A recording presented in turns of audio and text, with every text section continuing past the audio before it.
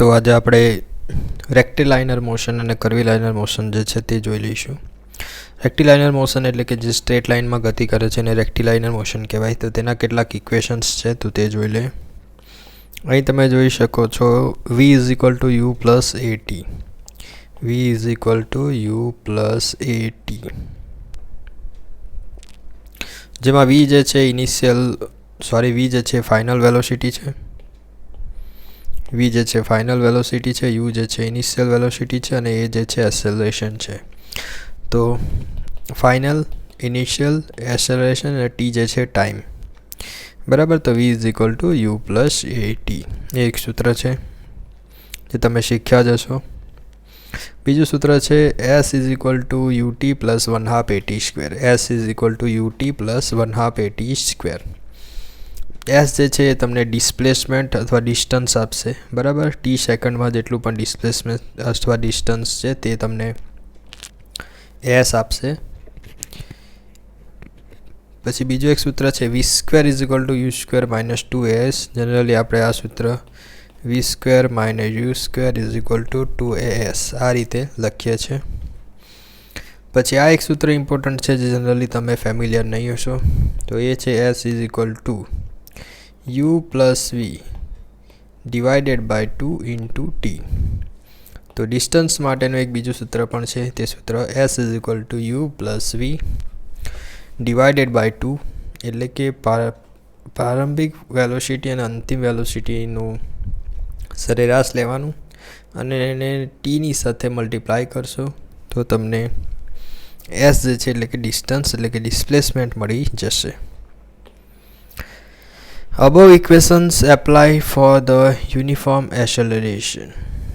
Uniform એટલે કે જે એસેલરેશન એ વેરિંગ નહીં થતું હોય, યુનિફોર્મલી રહેતું હોય, તો તે એસેલરેશન માટે અપ્લાય કરી શકાશે. In case of the vertical motion the body is subjected to gravity. જ્યારે પણ વર્ટિકલમાં મોશન થશે એટલે કે તમે એક બોલ છે તેને ઉપરની ડાયરેક્શનમાં ફેંકશો અથવા ઉપરથી બોલ નીચેની ડાયરેક્શનમાં આવશે તો એ સમયે ગ્રેવિટીમાં હશે, બરાબર. તો એસેલરેશન એ સમયે ડ્યુ ટુ ગ્રેવિટી લેવાનું છે, બરાબર. એટલે કે તમારે એની જગ્યાએ g કન્સિડર કરવાનું છે. The value of g is taken as 9.81 m/s² for downward motion અને એ પ્લસમાં હશે, બરાબર. ડાઉનવર્ડ મોશન માટે પ્લસમાં હશે, +9.81 m/s² અને અપવર્ડ મોશન માટે -9.81 m/s² હશે. એટલે કે આ જે છે ગ્રેવિટીની વિરુદ્ધમાં અપવર્ડ મોશન થતી હોય છે એટલે માઇનસ લેવાનું છે. When a body falls from the height h, જ્યારે ધારો કે એક બોલ હાઇટ h પરથી નીચેની તરફ જમીન પર આવે છે અને its velocity v with which it will hit the ground, એટલે કે હવે સ્ટાર્ટિંગમાં તો તમે બોલ પકડેલો હશે, પછી તમે છોડી દેશો એટલે ઇનિશિયલ વેલોસિટી u = 0 કન્સિડર કરવાની, પરંતુ બોલ જ્યારે જમીનને અડશે તે ટાઈમે તેની અંતિમ વેલોસિટી v કન્સિડર કરેલી છે. તો એ સમયે તે અંતિમ વેલોસિટી v = √2gh થશે. કેટલી થશે? v = √2gh, બરાબર. તો આ સૂત્ર યાદ રાખવાના છે. બીજું, ગ્રેવિટી ક્યાં લાગે છે તે યાદ રાખવાની છે, પ્લસ કે નેગેટિવ લેવાનું તે યાદ રાખવાનું છે.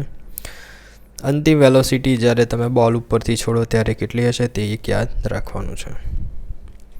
પછી જોઈએ તો ન્યૂટન્સ લો ઓફ મોશન. તો ન્યૂટનના 3 લો છે, બરાબર.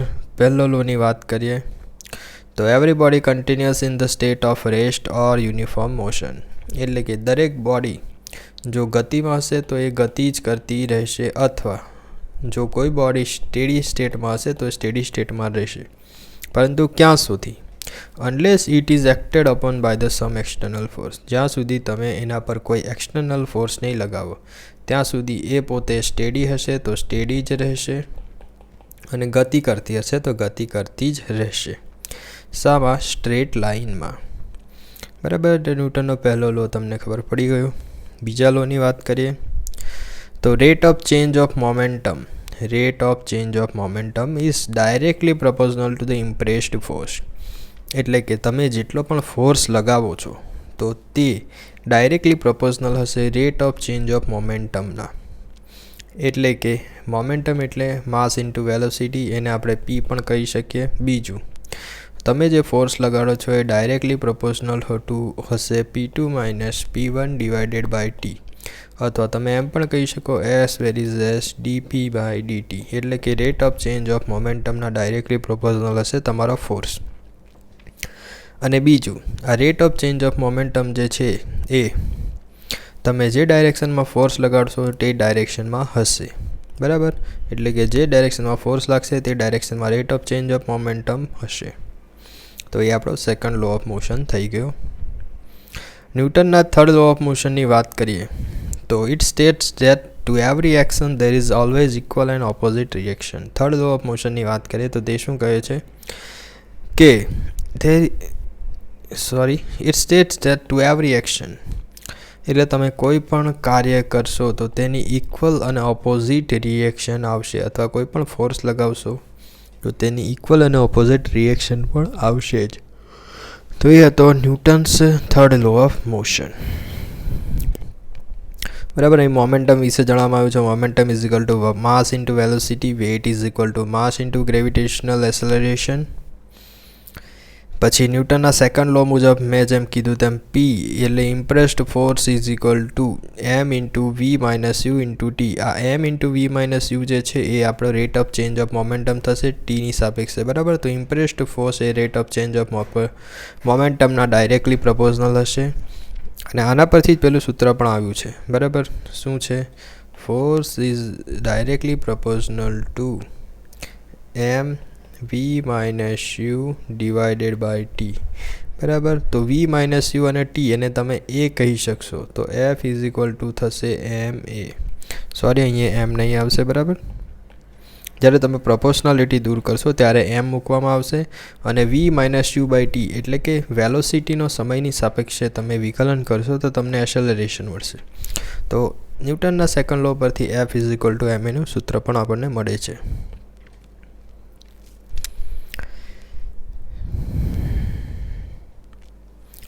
પછી બીજું એક જો તો force equal in magnitude but opposite in direction and collinear with the applied force or impressed force producing the acceleration is known as the inertia force. બરાબર, તો inertia force ની ડેફિનેશન તમને મળે છે કે force equal in magnitude but opposite in direction and collinear with the applied force or impressed force producing acceleration. એટલે કે જે કોઈ પણ ફોર્સ તમે લગાડશો એ ફોર્સ આ બોડીમાં એસેલરેશન પ્રોડ્યુસ કરશે, ત્યારે ઇક્વલ અને ઓપોઝિટ ડાયરેક્શનનો એક ફોર્સ જનરેટ થશે, તેને તમે કહીશો ઇનર્શિયા ફોર્સ કહીશું. બરાબર, તો જોઈ શકો છો ઇનર્શિયા ફોર્સ નેગેટિવ ડાયરેક્શનમાં હશે. હવે મોશન ઓફ લિફ્ટ ને આ બધું આપણા સિલેબસમાં નથી. બીજું, ઓકે, પ્રોજેક્ટાઇલની જે મોશન છે એટલે કે કર્વીલાઇનર મોશન. બરાબર, તે આપણા સિલેબસમાં છે કર્વીલાઇનર મોશન. તો particle moving under the combined effect of vertical and horizontal forces. Particle જ્યારે પણ મૂવ કરતું હોય, કમ્બાઇન્ડ ઇફેક્ટ ઓફ વર્ટિકલ અને horizontal forces is called as a projectile. તો તેને કહીશું પ્રોજેક્ટાઇલ. બીજું, following terms are commonly used in projectile. તો ટર્મ્સ જે છે યુઝ થતી તે જોઈ લે. ટ્રેજેક્ટરી કોને કહેવાશે? તો it is the path which is traced by the projectile in the space. Projectile એટલે કે તમે પથ્થરો હવામાં ફેંકશો ત્યારે એની જે મોશન હશે અને એ જે પાથ ટ્રેસ કરશે એટલે કે જે પાથે ફોલો કરશે તો તેને કહેવાશે ટ્રેજેક્ટરી. વેલોસિટી ઓફ પ્રોજેક્શન એટલે કે it is the velocity with which the projectile is projected. તમે કોઈ પણ બોલને ફેંકશો તો તેની ઇનિશિયલ વેલોસિટી હશે, તો ઇનિશિયલ વેલોસિટી જે હશે તે કહેવાશે વેલોસિટી ઓફ પ્રોજેક્શન. બીજું આવે છે એંગલ ઓફ પ્રોજેક્શન, એટલે કે it is the angle with which the horizontal at which the projectile is projected. એટલે કે એક એવો એંગલ કે જે હોરિઝોન્ટલ સાથે બનાવવામાં આવે છે. આ હોરિઝોન્ટલ લાઇન છે તેની સાથે તમે કોઈક એક એંગલ, ધારો કે થીટા એંગલે પ્રોજેક્ટાઇલને ફેંકશો તો એ કહેવાશે એંગલ ઓફ પ્રોજેક્શન. બીજું આવે છે time of flight. The total time taken by projectile to reach its maximum height and to return back to the ground. જો પ્રોજેક્ટાઇલને તમે ફેંકશો તો ત્યાંથી ઉપર જશે અને ફરીથી નીચે પણ આવી જશે. હવે ટાઈમ ઓફ ફ્લાઇટ કોને કહેવાય? તો એક એવો ટાઈમ કે જ્યાંથી એ ટાઈમ શરૂઆત થશે ત્યાંથી એ પ્રોજેક્ટાઇલ મેક્સિમમ હાઇટ પર પહોંચશે અને ફરીથી પાછો ગ્રાઉન્ડ પર આવશે તો તેને ટાઈમ ઓફ ફ્લાઇટ કહીશું. એટલે આખો ટાઈમ જે છે ટોટલ ટાઈમ ઓફ ફ્લાઇટ કહેવાશે. રેન્જની વાત કરીએ તો distance between the point of projection and the point where the projectile strikes the ground. તમારું જે પ્રોજેક્ટાઇલનું સ્ટાર્ટિંગ હશે અને પ્રોજેક્ટાઇલ એન્ડ થશે ત્યાં સુધીનું જે આખું ડિસ્ટન્સ છે તેને કહેવાશે રેન્જ. હવે ઇક્વેશન ઓફ પાથ ઓફ પ્રોજેક્ટાઇલ, તો આ એક ઇમ્પોર્ટન્ટ વસ્તુ છે કેમ કે આ ઇક્વેશન પૂછાશે જ, બરાબર. 100% ગેરંટી સાથે આના ક્વેશ્ચન્સ આવે જ છે પ્રોજેક્ટાઇલના, બરાબર.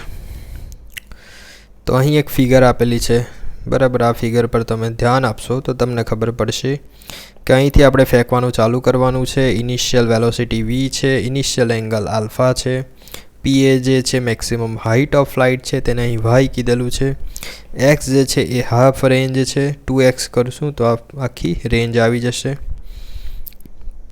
બરાબર. તો ઇનિશિયલ વેલોસિટી આલ્ફા, તો આ x અને y જોઈ લીધું. તો કે હવે આના તરફ આપણે આગળ વધીએ, ઇક્વેશન ડિરાઇવ કરવા તરફ આગળ વધીએ.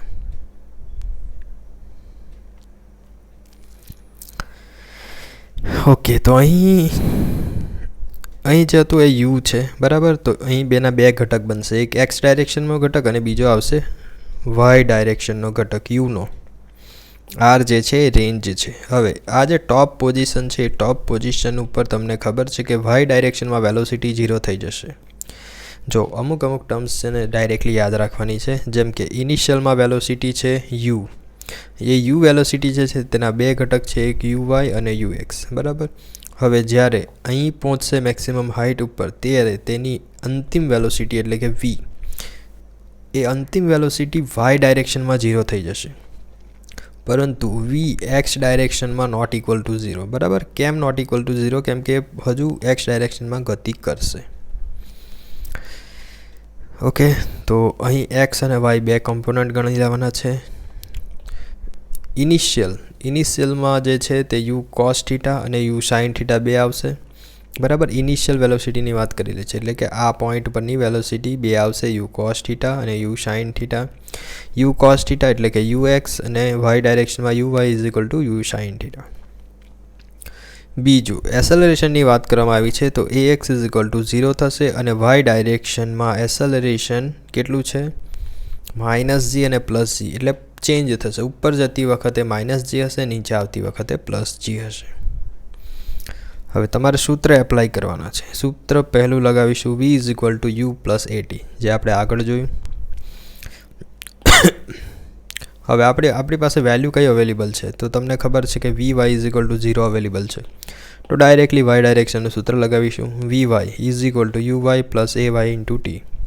vy બરાબર 0 મૂકી દીધું, uy u sin થીટા મૂક્યું, ay ની વાત કરીએ તો ay ઉપરની તરફની ગતિ છે તો -g ની વાત કરીએ અને બીજો t મૂકી દીધું. તો આના પરથી તમને t નું સૂત્ર મળી ગયું છે u sin theta divided by g. શું સૂત્ર મળ્યું? u sin theta divided by g. હવે આ તો તમને અહીંથી અહીં સુધીનું સૂત્ર મળ્યું, પરંતુ અહીંથી અહીં અડધું સૂત્ર હજુ બાકી છે, એટલે કે આને તમે ડબલ ટ્વાઇસ કરી દેશો તો આખું સૂત્ર મળી જશે. એટલે total time of flight is equal to 2 વખત u sin theta by g, એટલે કે 2u sin theta by g એ ટોટલ ટાઈમ ઓફ ફ્લાઇટ તમને મળી ગયું. હવે તમારે શું કરવાનું છે? હવે આપણને ખબર છે કે આપણે d is equal two ut plus 1/2 at square, બરાબર. તો આ પણ આપણને સૂત્ર એક છે, તેના પરથી આપણે y ડાયરેક્શનમાં શોધવું હોય તો શોધી શકીએ છીએ. હવે y ડાયરેક્શનમાં શું શોધવાનું છે? તો h શોધવાનું છે, બરાબર. h અથવા તમે આને રેન્જ h એટલે કે u sin theta t is equal two u 1/2 a - g u square sin square theta g. Okay, h એટલે આની વાત કરેલી છે. આ જે હાઇટ છે h, તે અહીં મેં લખી જ દઉં છું. આ જે હાઇટ છે તેને h કીધેલી છે, તો h ની વાત કરેલી છે અહીં. તો hનું સૂત્ર તમે ડિસ્ટન્સ એટલે કે આ જે h છે તેની વાત કરેલી છે. સ્ટાર્ટિંગમાં તો તમને ખબર જ છે અહીં યુ સાઇન થીટા ટાઈમ જે છે તો અહીંથી આપણે શોધીને મૂકી દીધો યુ સાઇન થીટા બાય જી. તમને ખબર જ છે અહીંથી અહીં સુધી જવાનું છે તો તેના માટે ટાઈમ લાગશે U sine theta by G plus 1/2 છે. બીજો ઉપરની તરફની ગતિ છે એટલે માઇનસ જી અને ફરીથી આ જે ટી છે તો ટીને મૂકી દીધું તો you square sine square theta by G square. હવે આ સૂત્રને તમે સોલ્વ કરશો તો તમને આ મળશે h is equal to u square sine square theta by 2g. બરાબર. તો બે સૂત્ર આપણને મળ્યા t is equal to 2u sine theta by g, h is equal to u square sine theta by by. G જે છે maximum હાઇટનું સૂત્ર છે. શાનું સૂત્ર છે? મેક્સિમમ હાઇટનું સૂત્ર છે. રેન્જની વાત કરીએ આર, તો આર માટે પણ આપણે ડીનું જ સૂત્ર લગાડીશું. જો આર જે છે ડિસ્ટન્સ છે, અહીં પણ ડી જે એચ જે હતું એ પણ ડિસ્ટન્સ હતું, તો આપણે ડિસ્ટન્સ માટેનું સૂત્ર એપ્લાય કર્યું. બરાબર. D is equal to UT plus 1/2 AT square બંને જગ્યાએ. તો D is equal to UT plus 1/2 AT square તમે લખી દીધું. હવે તમારે શું એક્સ ડાયરેક્શનમાં રેન્જ શોધવાની છે. આ જે છે રેન્જ કઈ ડાયરેક્શનમાં છે? એક્સ ડાયરેક્શનમાં. એચ જે હતું તે વાય ડાયરેક્શનમાં હતું. તો અહીંયા આપણે વાયનું સૂત્ર લગાડતા હતા યુ વાય. બરાબર. એ વાય. હવે એક્સ ડાયરેક્શનનું સૂત્ર લગાડીશું. તો એક્સ ડાયરેક્શનનું સૂત્ર શું થશે?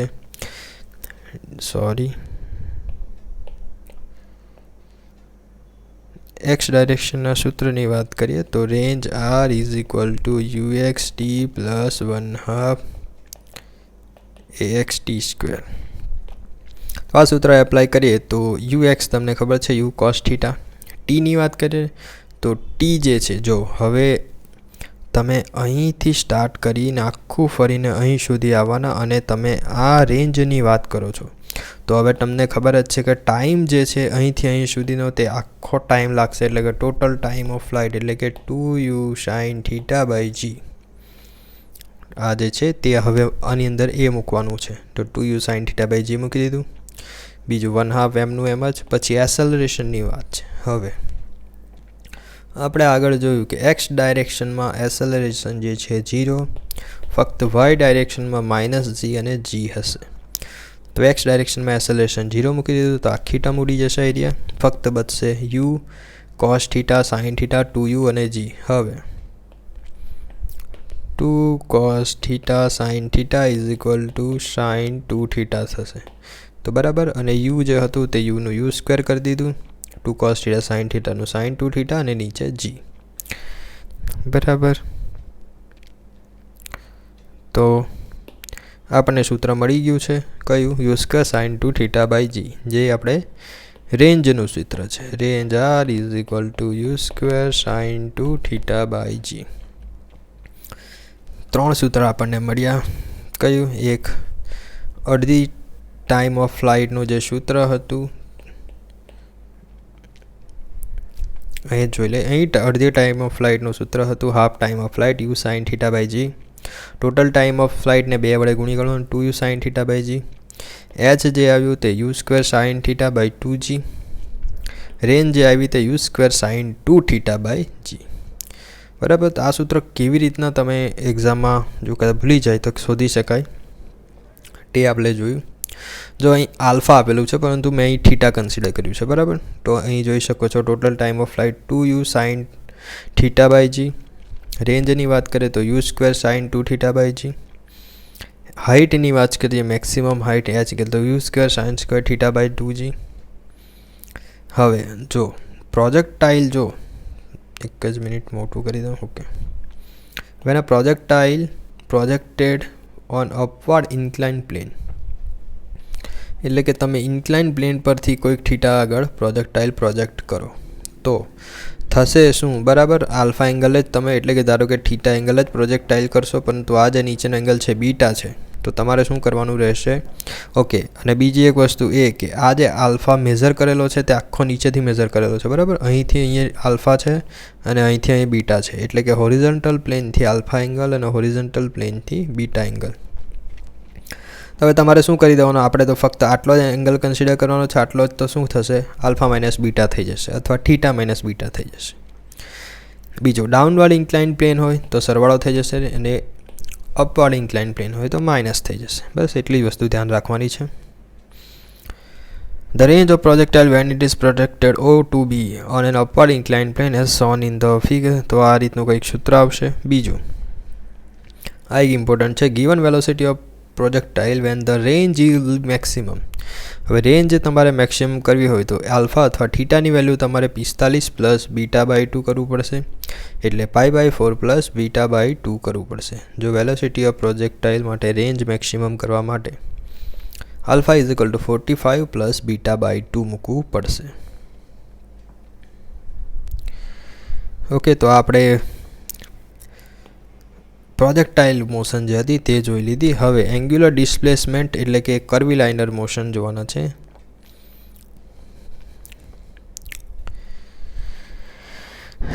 તો એંગ્યુલર ડિસ્પ્લેસમેન્ટ માટેની અમુક થિયરીસ આપેલી છે. ધ એંગ્યુલર ડિસ્પ્લેસમેન્ટ વેક્ટર દ્વારા રિપ્રેઝન્ટ થાય છે. તો એને આપણે ફિક્સ કરવા માટે નીચેની 3 કન્ડિશન જોઈએ. એક તો direction of the axis of the rotation, magnitude of angular displacement અને સેન્સ ઓફ એંગ્યુલર ડિસ્પ્લેસમેન્ટ. આ 3 વસ્તુ ફિક્સ કરવી પડે. એંગ્યુલર વેલોસિટીની વાત કરીએ તો angular velocity omega is equal two 2πn/60. આ એક ઇમ્પોર્ટન્ટ છે. બરાબર, ઓમેગા જે છે એ રેડિયન પર સેકન્ડ આવશે, એટલે અહીં એન આવશે. બરાબર, એન, કેમ કે એન જે છે એ રોટેશન પર મિનિટ હોય છે, RPM, એટલે omega is equal two 2πn/60 આવશે. અહીં બીજું એક વસ્તુ કન્ફ્યુઝ કરશે કે v is equal two πdn/60. બરાબર, તો આ સૂત્ર અને આ સૂત્રમાં તમને ઘણીવાર કન્ફ્યુઝિંગ થતું હોય છે. તો એક જ વસ્તુ યાદ રાખવાનું કે એકમ શું છે.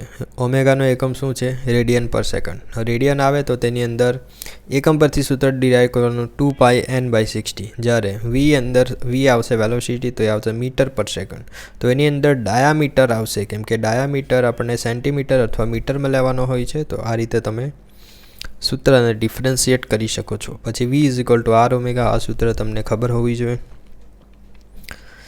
એંગ્યુલર એસેલરેશનની વાત કરીએ તો angular acceleration, the change of angular velocity it is usually express in radian per second square denoted by Greek letter alpha, અને એ જે છે એ પણ વેક્ટર ક્વોન્ટિટી છે.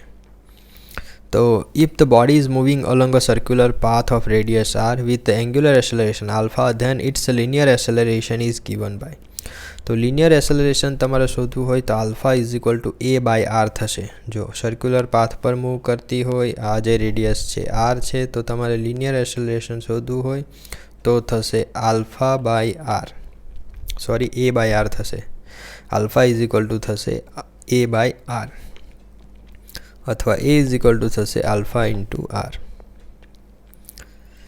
બીજું, when the body moves along a circular path, its linear acceleration have 2 components. One is normal component and other is tangential component. The normal component is known as normal or centripetal acceleration and its value is given by. જો normal કમ્પોનન્ટની વાત કરવામાં આવે છે તો આ જે છે ટેન્જન્શિયલ component છે AT, પરંતુ નોર્મલ કમ્પોનન્ટ આ ડાયરેક્શનમાં હશે અને એને કહેવાશે AC, એટલે કે સેન્ટ્રીપેટલ એસેલરેશન કહેવાશે. અને સેન્ટ્રીપેટલ એસેલરેશન થશે v²/r. બરાબર, અહીં લખ્યું છે સેન્ટ્રીપેટલ એસેલરેશન થશે v²/r અથવા થશે r ઓમેગા સ્ક્વેર. બરાબર, અને આ જે છે એ ટેન્જન્શિયલ એસેલરેશન થશે, એ α/r થશે. બરાબર, ફરીથી લખી દઉં, ટેન્જન્શિયલ એસેલરેશન થશે α/r, centripetal acceleration થશે v²/r. When a body moves along a circular path with uniform velocity, then there will be no tangential acceleration, but it will only have the centripetal acceleration. હવે જ્યારે body uniform વેલોસિટીથી rotate કરતી હોય, બરાબર, તો તે સમયે ટેન્જન્શિયલ acceleration alpha t 0 થઈ જશે, પરંતુ રેડિયલ એસેલરેશન તો ઓલવેઝ રહેશે જ.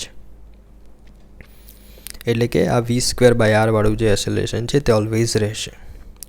જ્યારે બોડી સ્ટ્રેટ પાથની ઉપર મૂવ કરતી હશે ત્યારે કોઈ પણ પ્રકારનું સેન્ટ્રીપેટલ એસેલરેશન નહીં હશે, પરંતુ એની પાસે ઓનલી ટેન્જન્શિયલ એસેલરેશન હશે, અને તે હશે આલ્ફા ઇન્ટુ r વાળું જે છે તે એસેલરેશન. સિમ્પલ હાર્મોનિક મોશન્સ આપણા સિલેબસમાં નથી. બરાબર, સેન્ટર ઓફ ઓકે, આ જે છે એક બીજું આપણા સિલેબસમાં છે સેન્ટ્રીપેટલ ને સેન્ટ્રીફ્યુગલ ફોર્સ. તો જ્યારે પણ બોડી m kgનું માસ એંગ્યુલર વેલોસિટી ઓમેગા રેડિયન પર સેકન્ડથી ગતિ કરતું હોય સર્ક્યુલર પાથની ઉપર અને એનું રેડિયસ જે છે તે r છે, તો તમે એના પર સેન્ટ્રીપેટલ ફોર્સ લાગશે. જો બે પ્રકારના ફોર્સ છે, એક સેન્ટ્રીપેટલ અને બીજું સેન્ટ્રીફ્યુગલ ફોર્સ. આ બે ફોર્સમાં ડિફરન્સ શું છે કે સેન્ટ્રીપેટલ ફોર્સ એટલે કે જે ફોર્સ અંદરની તરફ લાગે એ સેન્ટ્રીપેટલ ફોર્સ, જે બહારની તરફ લાગે એ સેન્ટ્રીફ્યુગલ ફોર્સ કહેવાય. જો લખેલું છે this force act radially inward and it is essential four circular motion. According to the Newton's third law of motion, the body must exert force radially outward of equal magnitude, and this force is known as the centrifugal force. Body છે, આ body સેન્ટરની તરફ જે લાગે એ સેન્ટ્રીપેટલ લાગે અને outward જે લાગે એ સેન્ટ્રીફ્યુગલ લાગે. બંનેની વેલ્યુ સેમ જ હોય છે, mr². ફક્ત એટલું યાદ રાખવાનું કે સેન્ટ્રીપેટલ અંદરની તરફ લાગશે અને સેન્ટ્રીફ્યુગલ એ બહારની તરફ લાગશે.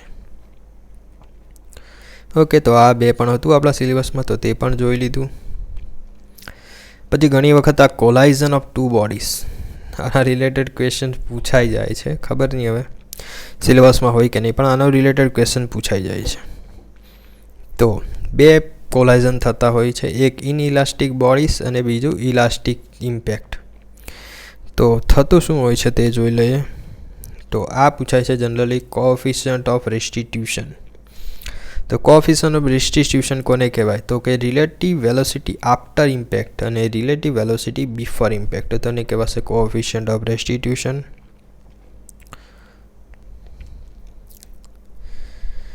હવે એ કોએફિશિયન્ટ ઓફ રેસ્ટિટ્યુશન જે છે તેની વેલ્યુ હોય છે, તો તે જોઈએ.